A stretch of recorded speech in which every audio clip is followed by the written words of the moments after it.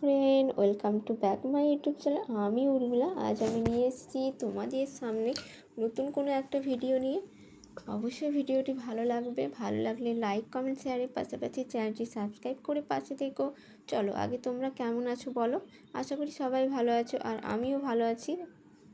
সন্ধ্যের টিফিনে বানিয়ে নিয়েছিলাম টেস্টি টেস্টি চাউমিন। আর চাউমিন খেতে কার না পছন্দ বলো, সবারই কম বেশি পছন্দ চাউমিন খেতে। আর আমি এখানে 3 প্যাকেট চাউমিন নিয়ে নিয়েছি। আর আমার বাড়িতে যেহেতু 3জন সদস্য, সেই জন্য 3 প্যাকেটেই যথেষ্ট বন্ধুরা। আর হয়েছে তার মধ্যে সবজি যেহেতু যাবে, সেজন্য 3 প্যাকেটেই হয়ে যাবে মোটামুটি। আর চাউমিন বানাতে গেলে সবার প্রথমে কী করতে হয়, চাউমিন সেদ্ধ করে নিতে হয়, সেটা সবাই জানো। আর আমি কিভাবে চাউমিনটা রেডি করছি সেটা তোমাদের সাথে শেয়ার করছি বন্ধুরা, আমার মতো করে।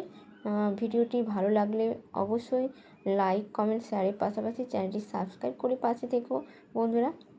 আর চাউমিন রেডি করতে গেলে সবাই তো জানো কি করতে হয়। সবার প্রথমে আমি চাউমিনগুলোকে সেদ্ধ করে নেব, তাই কড়াইতে জল গরম করতে দিয়েছি। উষ্ণ গরম হয়ে গেলে চাউমিন প্যাকেটগুলো এক একটা করে ছিঁড়ে এই উষ্ণ জলের মধ্যে ছেড়ে দেব। তারপর হালকা নুন দিয়ে দেব। আর চাউমিন যাতে ঝরঝরে হয় সেই জন্য আমি অল্প রিফাইন তেল দিয়ে দিলাম বন্ধুরা।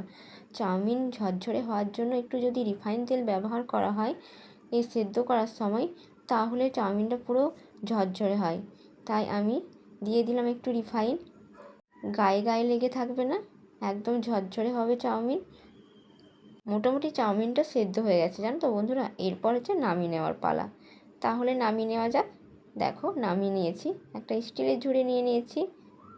স্টিলের ঝুড়ির মধ্যে নামিয়ে নিয়েছি। দেখো একটু ঠান্ডা হতে দিয়ে দিয়েছি, পুরো গরম গরম আছে এখন আপাতত।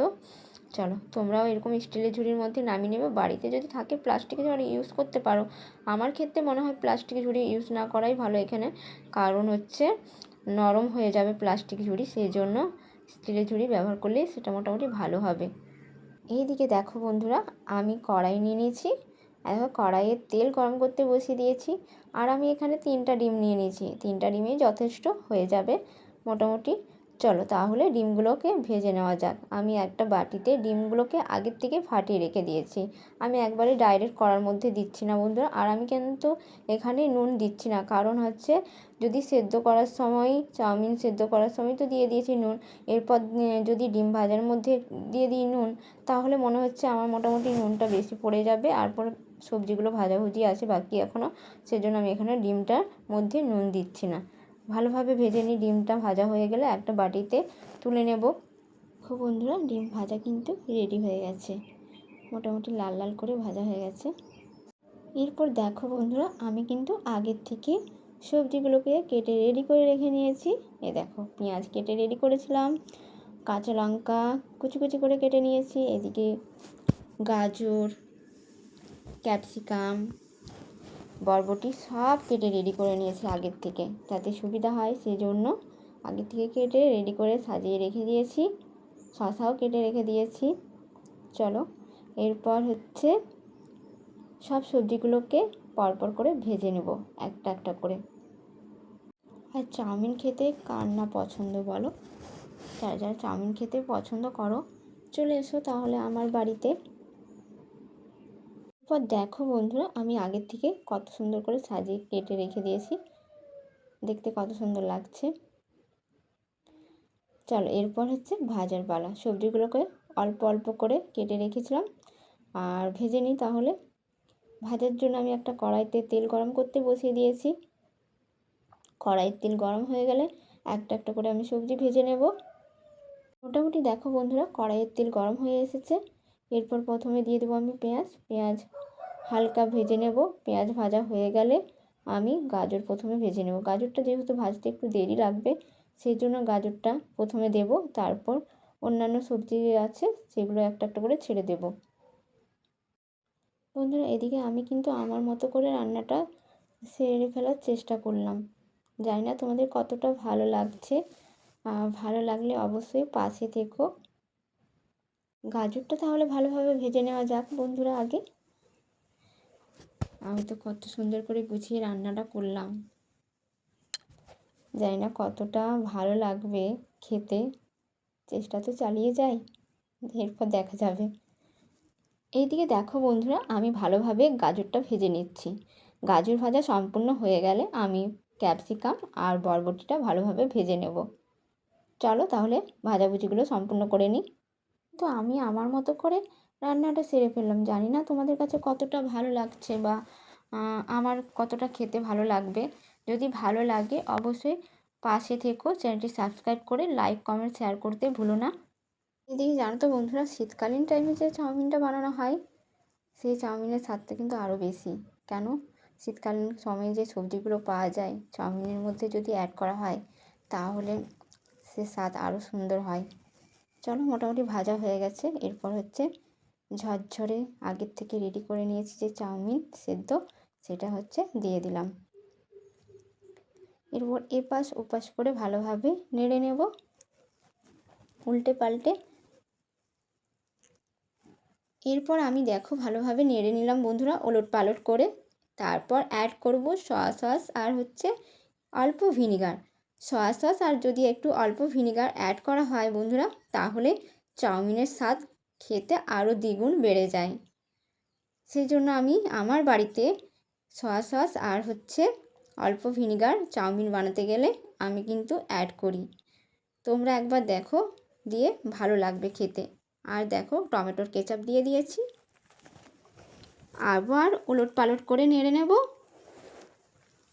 মোটামুটি চাউমিন রেডি হয়ে গেছে। দেখো কত সুন্দর দেখতে লাগছে, ঝরঝরে একদম চাউমিন রেডি। কে খাবে চলে এসো বন্ধুরা। আমি তো আমার মতো করে রান্নাটা সেরে ফেললাম। জানি না তোমাদের কাছে কতটা ভালো লাগলো। পুরোপুরি মোটামুটি রেডি। আর সবার শেষে আমি কিন্তু অ্যাড করলাম নুন। সবার শেষে যেহেতু অ্যাড করলাম নুন, কেন জানো তো? আমি যদি মাঝে মাঝে নুনটা দিতাম সবজির মধ্যে বলো ডিম ভাজার মধ্যে, তাহলে আমার মনে হতো যে বেশি নুন দেওয়া হয়ে যাচ্ছে। সেই জন্য আমি সবার শেষেই দিলাম। আর একটু দেখে নিলাম যে নুন হয়েছে কিনা। আর দিয়ে দিলাম ডিম ভাজা। দেখো সবার শেষে আগের থেকে যে রেডি করে রেখেছিলাম ডিম ভেজে, সেটা কিন্তু দিয়ে দিলাম। আরও ভালো করে নেড়ে নিলাম। কেমন হয়েছে অবশ্যই জানিও। আমার ভিডিও যদি ভালো লেগে থাকে তোমরা অবশ্যই আমার পাশে থেকো, আমিও তোমাদের পাশে থাকবো বন্ধুরা। দেখতে তো কত সুন্দর লাগছে, জানি না খেতে কেমন লাগবে।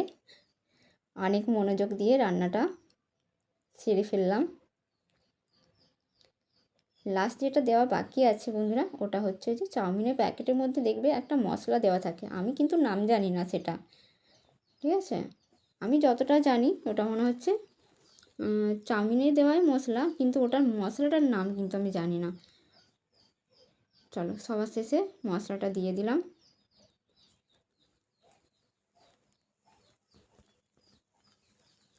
এরপর ভালোভাবে সাজিয়ে নেব।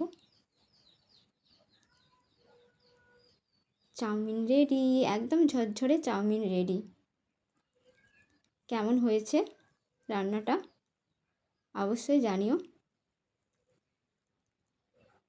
ভালো লাগলে লাইক কমেন্ট শেয়ার করতে ভুলো না বন্ধুরা। আর ভিডিওটি স্কিপ না করে পুরো ভিডিওটি দেখো, ভালো লাগবে।